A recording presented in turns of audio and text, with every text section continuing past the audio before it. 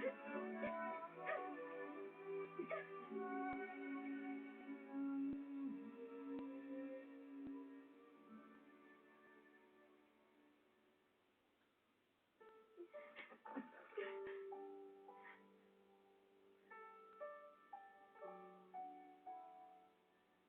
tawag ay Alice in Wonderland Syndrome. Merong ganung sakit. Kakaibang mga bagay-bagay, slow motion ng paligid, wala kang maalis sa oras. Parang fairy tale ang tingin mo sa mundo. Nakakabangha, ngunit malungkot ang karamdaman. Sigurado akong meron akong Alice in Wonderland Syndrome. Dahil kung hindi, bakit pakiramdam ko sa bawat sandaling kasama kong babaeng ito? Para isang fairy tale.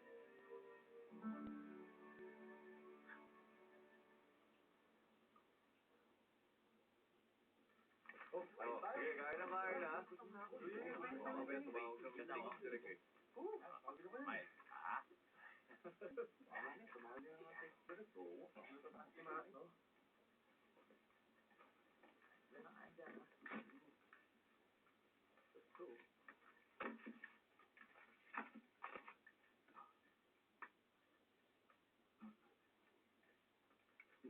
Hindi kasi ako kumakain ng pagkain na hindi ko alam kung saan nanggaling.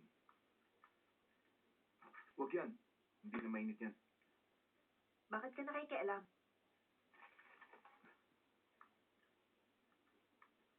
Nasaan si Direk Jason? Wala siya dito dahil ba kumakain siya ng pagkain gusto niya? Wala siya dito dahil nagsushoot pa din siya. Bakit ba? Yan na nga mismo ang sinasabi ko eh. Bakit nagtitiis ka sa trabaho hindi ka naman makakain ng tama at maayos dahil kailangan mo pa mag-shoot? Kumain ka na nga lang. Hindi ko talaga maintindihan. Hindi ka naman yayaman kahit kailan sa ganitong trabaho. Napaka-physical pa. And you get injured. You may even die. So bakit nagtitiis ka sa ganito? Dahil sa pride of being an action star? Mga leading actors ang kilala. Mga stuntmen hindi pinapansin. So para saan na ngayon ang pride na yun? Mali ba ako? Hindi. Tama ka. Pero, siya maaalala niya ako. Pati siya. Maaalala niya ako. At siya rin. Hindi ako kalilimutan. Silang lahat hindi mawawala sa alaala ko. Fine. Pero so what kung maalala ka ng ilang tao lang? May halaga ba yun? Ilang tao lang? Bakit sa'yo? Ilang tauhan mo ang totoong gumagalang sa'yo, ha? Yung mga taong sumusunod sa lahat ng inuutos mo. Masaya sila pag wala ka. Marami silang natutuwa na hindi ka makita.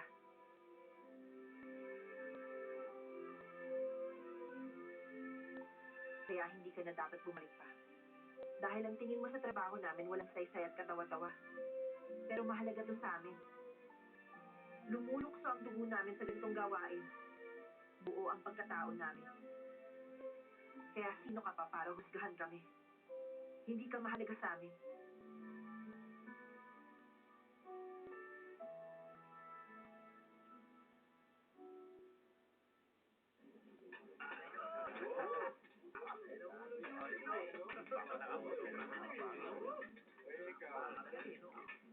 Kumain ka naman na ngayon.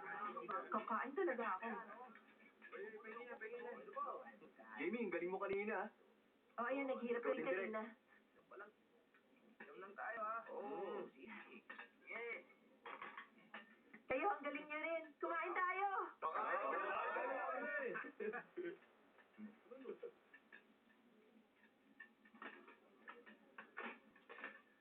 Bakit ako lang ang wala?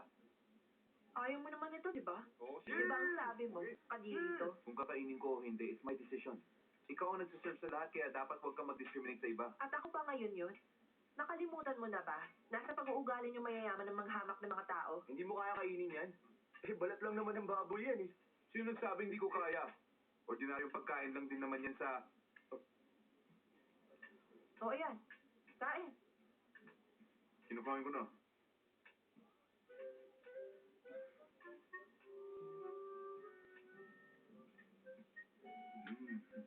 Malasa naman eh. Nguya.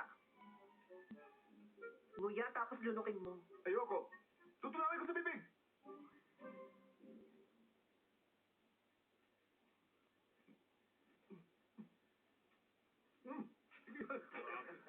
Tama yan, patanto.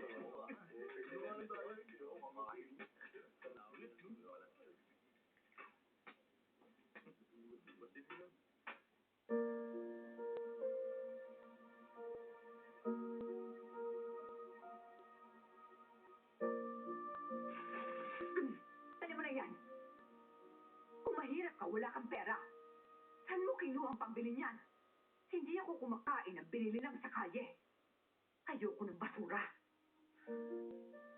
Dahil lagi akong nagpapakumbaba, wala na akong natitirang pride. Kung gusto mong magkasama tayo, kailangan mabuhay ka sa fairy tale. Kung paglalaroan mo lang ako, ibig sabihin magsasawa ka rin. Mahihirapan at masasaktan ka kapag minahal mo ko. Gusto kong sagutin ang lahat ng sinasabi niya sa akin. Pero gusto ko siyang irespeto dahil siya ang ina ng tao na akala ko posible kong makasama at mahalin.